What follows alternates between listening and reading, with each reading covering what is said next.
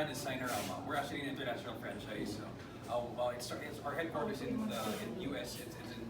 It's in West Palm Beach, Florida. And then so basically, we started this because actually my dad started his own signage business like 20 years ago. And then we saw this opportunity to bring in this brand. SIGNARAMA is actually the #1, the largest sign franchise in the world. And then we got the master license for it because we saw the need for branding, because we realized that traditional signage companies here don't really focus on their branding. And then being an advertising company, we realized that that's really important, so that if we could show our customers that we, as SIGNARAMA, take care of our brand properly, then we can take care of theirs as well. So parang ganun, that's the whole concept of it. And right now, what we're doing is we're actually getting partners, getting these brand ambassadors to really help us grow with this brand, to represent the brand properly. So over the next few months, we'll be releasing materials with these people, with Dan, Jenica, especially Marty. They've been already promoting our brand actually. They've been really big help already. And so basically that's a brief background of SIGNARAMA. And so basically we're also, because we saw this especially this pandemic season, to diversify, especially because traditionally SIGNARAMA, sorry, do you hear me? Yes, you can use the mic. Medyo Yeah, it's feedback. Yeah, may feedback kasi. Sige. So traditionally kasi SIGNARAMA, we're more focused really on construction, really focused on like signages, like the channel letters, like as you can see, like the neon signs. So usually more stores. But when the pandemic happened, everything sort of slowed down in terms of the construction industry. So we decided we needed to diversify because we saw the need, for example, for a lot of people were starting their own businesses. Like home businesses, like sa bahay lang, and then they're selling their pastries, they're selling their food and other things. So we started. We're launching a new brand right now. We're launching a new division called SIGNARAMA Home Business. So this is dedicated to those home businesses, those online businesses that also need their signages, that also need like neon signs, also need boards that could show. Sorry, you said. Alam ko short intro lang eh. Sorry. Tapos proper turn na tayo after ng intro. Sorry. Ayun, sige. Ituloy ko na. Sorry. Okay. Sige. So, So basically, we're making these 3 divisions. First is SIGNARAMA Corporate. This focuses on our traditional market, meaning big corporate customers, restaurants, malls, hotels. So yun yung our existing market already. Kasi existingly, so if you see the stores from H&M, so we do SM, Robinsons, several retail stores, several hotel chains and restaurants. Yeah, so mostly ganun yung focus namin dito for SIGNARAMA Corporate. And now we're launching 2 additional divisions. First is SIGNARAMA Home Business, like I mentioned, focusing on those who started, those who small businesses pala, but they don't really know what they need, what the signages they need, what type of signages they need. Because we want to help address that. Kasi SIGNARAMA, we're really about helping our customers grow their business through signs. And when you're a small business owner and you're really good, for example, at baking, diba? So parang you focus on your baking, but you don't really know what kind of signs that you need, diba? So that's where we come in. That's where SIGNARAMA comes in, where we help design, help recommend even the signage that they need, so that they can be able to grow their business properly, focusing on what they really love to do, whether it's baking, whether it's crafts, whether it's arts or those things. So yun yung SIGNARAMA Home Business. The 3rd division is actually SIGNARAMA Personalized. So this one focuses more on personalization, or meaning the day-to-day life of people. Now, what signages do you need, diba, in terms of, or what personalization do you need in terms of living? For example, so right now, one of our biggest moves, one of our biggest push right now is our liftable face shield. So ito actually yung so it really started when Marky started promoting this face shield, and it started to boom and explode in terms of the celebrity endorsers, ganun na. So medyo madami na yun. It really started when Marky posted, and then Janica, and then Dan. So when they posted, the brand really grew. So yung liftable facials natin, so of course it's personalized. There's also the personalized pouch, which we also have for you. Which we have, yun yung giveaways namin sa inyo. So yun naman yung third division that we're launching. So because we really saw this need, in order that we need to, that we have to diversify. There are certain needs in the market that we can address. Not just focusing on our existing markets, but expanding into that. And so that's why we need also our brand ambassadors. Parang that's why we got them, because we really believe that they can help us bring the brand to the next level. Yeah, so, yes. Intro ko lang din si Marky, si Janica, and si Dan. Pwede din introduce sa mga. Okay. Hello, like stand up or sit down? Okay. Okay, I'm Marky Strom, and I actually met Wesley through a few friends, and we became actually to a certain extent business partners as well for a different project. And I said, hey, maybe it can help you out with your new business as well, SIGNARAMA. So I decided, since I'm really good friends with Arjo and Maine, I gave them face shields, and Maine wore it Itbulaga, and then suddenly so many people wanted to get it. And from then on, like, not just because it was her wearing it, but because it's just so useful. As in, you can wear it, and if you need to talk or you need to eat, you can lift it up. And it also has your name on it, on the side. So it's something that everyone really wants. Kasi, di ba minsan, nami-misplace yung face shields. And magkakamukha lahat ng mga face shields natin, di ba? So it's so good that you have one of these that can actually personalize and have your name on it. So makita mo, this is mine. Hindi magkakahawaan, di ba? If you get someone else's, they have something, di ba? And it's on their face shield. So it's great. It's so useful. It's so practical, and everyone wants to get one of these. I'm telling you guys, you have yours, and you will never go back. Once you go SIGNARAMA, you'll never go back. Janica. Hi, I'm Janica Relax. I'm actually a model performer. I just want to say that I'm actually super excited to be part of SIGNARAMA because, yeah, that's it actually. I'm just really excited to be part of it. So I just want to thank you, of course, for Wes. And we're launching. We're going to showcase some of our products. Yes, In the next few days. So neon sign. Yeah, the neon sign. Yeah, the neon sign. That's really what I'm looking forward to do. Di pa naman release today, no? I'm very excited because I'm getting a neon sign from my dad's bar. He has a bar in the basement, so it's gonna look so nice. And I also have one for my house, and I wake up every morning and it's like, di ba, when you go to a place like this and you see a nice, beautiful neon sign, it's just something that's so inviting and homey, and that's what they can do for you. And it's personalized. They can create it for whatever, facility you have. Dan. Hi, I'm Dan Delgado. I'm an artist from Showtime. I do a few commercials then outside, and yeah, I'm actually excited to be a part of this new family. It's growing then as well, so yeah, basically. Questions. Sa mga endorsers, kayo ba business partners na rin yung magiging partner dito sa SIGNARAMA? Hopefully in the future, Yeah, That's why true. not? Why not? Yeah. Yeah. Naging Excited PR kayong na. lahat, di ba? Yes, actually. Sounds like a great It's opportunity. Yeah. Ikaw, Marky, anong plano mo?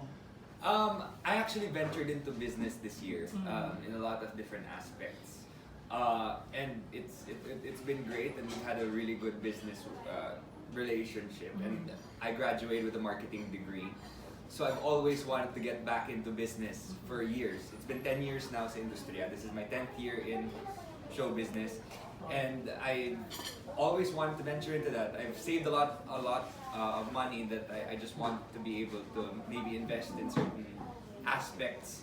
So to see our money grow, because diba, showcase isn't the be all and end all. So kailangan mag-diversify, kailangan mag-grow, and it's great that I've met an amazing person in Wesley and a few of our other friends that do not want to be named, Doc Faith.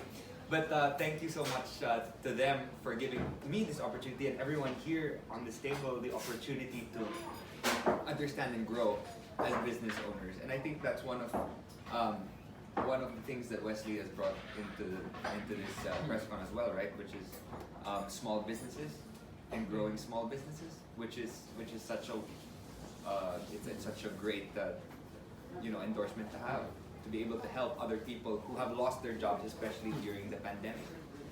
And I'm trying my best to do what I can. I created a homegrown food business show called Soul Food, and that's just to help out as many people as we can. And that's such a great advocacy to have. And with that, we applaud SIGNARAMA for doing what they do, right? Basta, yung may kurara negosyo. Sige. So one of our main initiatives to launch actually our SIGNARAMA Home Business Division is we're launching this program called My Quara Negosyo. What it's about is that because we acknowledge that a lot of people have already lost their jobs, have been laid off, or a lot of businesses have closed, and whether nag-work reductions, nawalan sila ng trabaho. But in the midst of that crisis, in the midst of those trials, actually, some of these people decided to bet on themselves, to pursue their passions, and start their own business. So this is actually our initiative to help these businesses. So we're launching this new program called My Quara Negosyo, and what we'll do is we'll receive, or basically we'll ask people to submit their entries, to submit their testimonies, submit their stories in terms of what happened during the quarantine, whether how they got laid off, or what nangyari, and what the trials that they've gone through in terms of the season, and how they started their own business. Because we've heard a lot of stories actually that na ganun nga, na parang they've wanted to pursue their passions for a long time, and this pandemic actually gave them an opportunity in order to be able to take that leap and start their business, and they're actually doing pretty well. Diba? So that's what we want to recognize. That's what we want to honor in terms of that. And so we're asking small businesses we're asking businesses that launched during the pandemic to submit their testimonies, to submit their entries, and then we as SIGNARAMA will help them. So actually, this is a program wherein the winner will be awarded worth 100,000. Wherein that's a 70,000 signage package and 30,000 pesos cash. Because we really want to help them and bring their business to the next level. Diba? So like I mentioned a while ago, we want them to be able to focus on their craft. If they're really good at restaurants, if they're really good at coffee, if they're really good at baking or pastries, then they focus on that. And we want to help them na kami na bahala sa signage. Kami na bahala sa look ng store nyo, or look ng restaurant nyo. And this is our way of giving back. Because we're blessed in a way that we're able to find an opportunity in this pandemic, like the face shields. Actually, before this, we were actually making aerosol boxes for the hospitals. Because when doctors operate, they need it has to be covered. So we actually focused on that first. We actually donated several hundred aerosol boxes to different hospitals. And then when that ended, so we started with face shields. So we're still blessed. We're able to pivot and find another market. So for us, it's also, we felt it was necessary for us to give back, for us to help also in the way that we can. Which is, since we really believe that signages are really critical in terms of growing your business, in terms of growing small businesses, and that's what we're gonna do. So basically, yun yung tulong na ibibigay namin. Yeah, so we're launching this new program actually, and so it's gonna be out and up to January. So up to January 31, we'll be accepting entries, and then it'll progress from that. So Wesley, are you saying na during the pandemic, hindi na-apektuhan yung business mo? Actually, sir, sobrang naapektuhan. To be honest, sobrang naapektuhan din. It really wasn't easy for us. Kasi, like I mentioned, ang ano talaga namin is sign incorporate, di ba? And syempre, nung pandemic, all the construction stuff, like wala nagka-construct, hindi ka pwede mag-construct, diba? Hindi ka pwede mag-open ng malls. Most ng customer namin, malls talaga eh. So, it was a challenge, it was a really challenging position for us. But we started actually with giving back pa rin. Kasi na-realize namin yung need and we wanted to do our part in stopping the pandemic. So we started actually with donating aerosol boxes. Like sige, may excess manpower tayo and we don't want to cut our workforce. Diba? Kasi we know na okay, our people have their own families, they have families to feed, diba? So habang kaya pa, diba? So habang kaya pa, sige gawa na lang tayo ng aerosol boxes and we believe that if we just bless and donate it, it will come back. Ganun yung mentality namin. So naka-recover na kayo? Or Sa ngayon, recovery pa actually, lang? it's still, it's medyo stabilizing na. Stabilizing. This December siguro, medyo bumabalik na, construction is already starting again. Yun. But what sustained us through those, how many months? 7, 8 months, mga ganun, diba? It's really, yun nga, we found new opportunities for which we could help. So we started donating with aerosol boxes, but we found donors then eventually who would contract us to make these aerosol boxes. So actually, I think I'm not sure about the count no, but basically around 50 to 70 hospitals yata yung nabigyan namin for aerosol boxes. Yun. Do you do also design ng mga logos and paano kayo makontak ng mga gustong inquire? So we can contact us at our website is signarama.ph. You can contact us sales at signarama.com.ph. We could send you the details, and then Tin is actually here. She's our sales head. And then yun. So basically, our Facebook and Instagram, you can also contact us there. In terms of design, we usually focus on how to make it happen. Like if you have a logo, kasi usually naman people already have a logo to begin with, diba? If you're starting your own business, you already have this logo. And our expertise is making it happen. So, for example, here we showcase three different signs, diba? Pero actually, syempre with the things in the back, actually digital signage is also ours. So we also offer these freestanding digital signage players. And even syempre yung mga neon signs, like the homegrown business that you see there. So those are actually yung products namin. So if you give us, for example, what you want to happen or even just share about your brand, then we could recommend na, okay, ano kaya yung babagay sa inyo na look? Or what type of signage would fit your look the best, diba? Because we also do graphics eh. So we also do like wall graphics, wallpapers, canvas prints even, so mga ganon. So there's really a lot of things that we could do in order to help the business grow their brand and look to elevate the look of their brand. Sa package na yon, yun yung nasisingilin yung ibang clients para dun sa ideas na ibibigay niyo sa kanila. Yes, we offer free consultation. So basically, so we present different options, usually with different price ranges then. So it depends sa budget kasi, diba? Pero our goal is parang kahit na mas maliit yung budget mo, mabigyan pa rin ng justice yung brand mo, diba? Na parang okay pa rin siya. Diba? So for example, dito, parang, sige, this is a bit more expensive, for example, than this. But this still looks good. Diba? Parang, this is actually fabric. So okay din siya. Diba? So depende din talaga sa look niyo yun.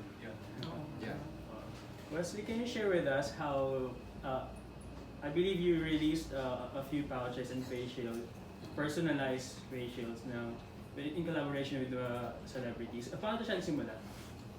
Actually, so initially kasi we donated like yung mga facial na mga cheap lang. Pero basically parang ano siya, yung mga plastic cover. Right. We also participated in that. It's parang sobrang kailangan ng community. So we went to our barangay, we gave every mga ganun, yung mga barangay around us, diba? Parang we went there.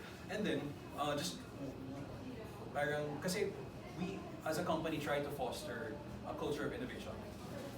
Na parang, what else can we do? That's always the question. Parang, okay, what else can we do? How can we improve this? How can we make this better? How can we make it nicer? Ganon. And just one day, actually, this was one of my staff na one of the part of my team. Na lumapit lang siya, sir, may bago akong design. Ganon lang siya. And then yun, so parang okay na. Ganon, di ba? Parang, so medyo, it wasn't this yet, pero nakita namin may potential. So, and then, yun, we developed it. Parang nakita ko may potential.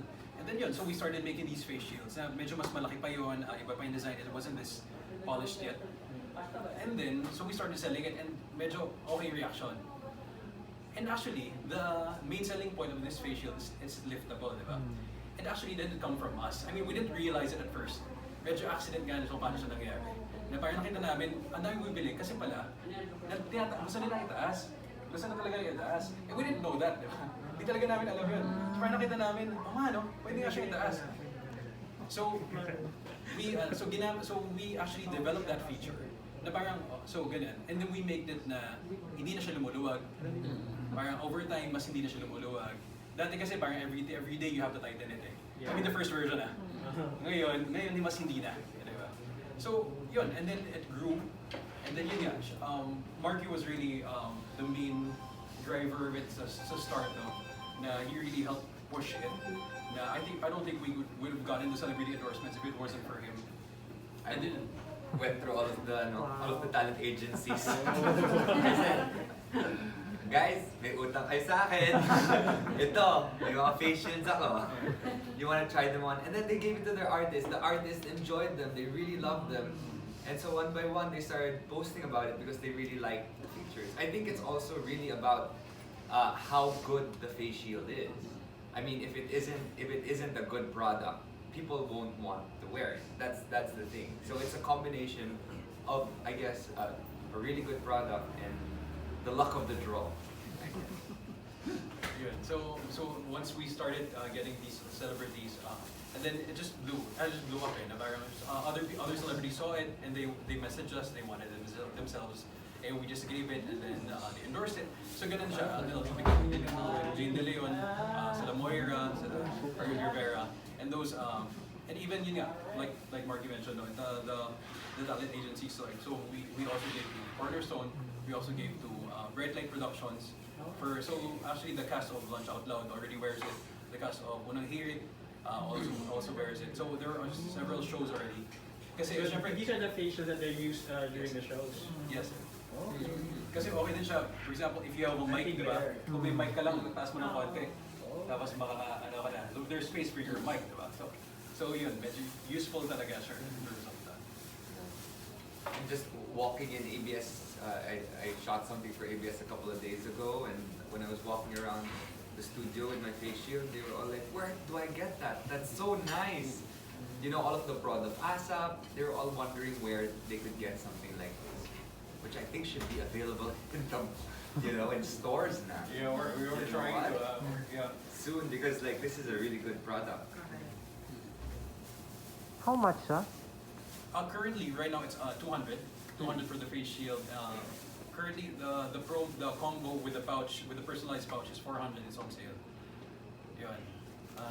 By the time this is released, I'm not sure kasi naka-promo siya sa ngayon. So it'll end during Christmas. So the standard price namin is 400. So it's 200 and then 250 with the name for the face shield and 400 with the pouch. Yeah. We didn't want to make it too pricey. Kasi I know that we have a lot of competitors that price this sort of quality at around 800 and 1,000 plus even. Because recently we came out with an anti-fog feature eh. So medyo 800 and above yan eh. But syempre parang for us, it's more important that people, parang kasi we realize parang okay, there's this pandemic and there's really nothing we could personally do about it. But the best that we can do as a company is to help people cope with it. Diba? So parang honestly, I hate face shields. I'm selling face shields, but I hate face. I hate na parang kailangan natin mag-face shield. Diba? Parang I don't like wearing it. But the best that we could do is make it a little easier. Diba? Make it a little bit more convenient. Yung ganon. Like yun nga, yung personalization, so you don't mix it up with other people. Diba? That liftable feature, so you don't have to remove it. So at least making it a little more bearable. Parang ganun yung goal namin, ganun yung goals namin. Even though kami mismo parang, we don't want, di ba? Parang sino ba may gusto mag-suot talaga ng face shield, di ba? Tanong pa lang lang din, Wes, kung sino-sino pa yung, magkakaroon ka ba ng endorser sa bawat, sa Signorama Corporate, sa home business? May iba't ibang endorser ba para dyan? Honestly, we haven't decided on that yet. We're still, we're still charting the path. So right now, we know the offerings that we have, and we have certain ideas that are on people that must fit, but we haven't finalized that yet. When it comes to online competition, because you're dealing with signages, how is it doing ba? Like, malaki na rin ba yung like, competition when it comes to digital ads sa signages, sa physical signages? In terms of digital, I mean, Like some of the ads videos. pwede sa digital na lang sila. Like, of course, iba yung physical sa digital. So, ano ba? Like, malaking chunk na rin ba ng digital competition na naaagaw ng physical ads? Parang gano'n. Actually, since a couple of years ago, kasi again, we're an international franchise, so we always every year we go to the US or some other location, some other country to discuss about these things. But the main point, because this was brought up a lot actually those times, na parang okay, do we stop making signages and just making video players? Parang ganun, but what the consensus was, basically the studies show na iba pa rin talaga yung physical na signage. Diba? Like, iba pa rin talaga. Like, outside your store, for example, outside your store, na iba yung screen yung ilagay mo doon as compared sa letters talaga yung ilagay mo doon. And there's really this impact pa rin na it's different, it's still different. And the industry research shows that it's not really going to go away.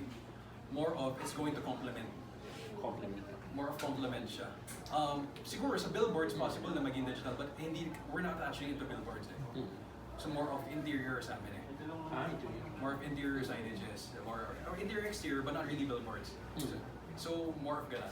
Like for example, one of the main lines in our business is our building IDs or sky signages, like the ones outside the top of the buildings, diba? Yung mga ganun, mga giant signs. Diba? I don't think that's going to be changed to digital anytime soon, since mga 3 meters and 10 feet yung mga logos na yun, diba? And iba pa rin yung actual signages. But we are seeing more diverse types of signs. Like possible to be digital component, possible like changing colors, for example, or ganyan, or even static signs with a digital component. May ganun din siya. Can you name some of these popular signages na nakikita namin na ginawa nyo sa kanil? Can you name some of them? So if you go to Makati, actually, the new ascot sign is ours. The RCBC renovation is also ours. Yung mga RCBC for Taguig, and we're working on Taguig. We actually finished Makati, Dusit Hotel, also sa mga ganun. Watermart, mga Watermart Group, so Watermart Abenson, their group of companies.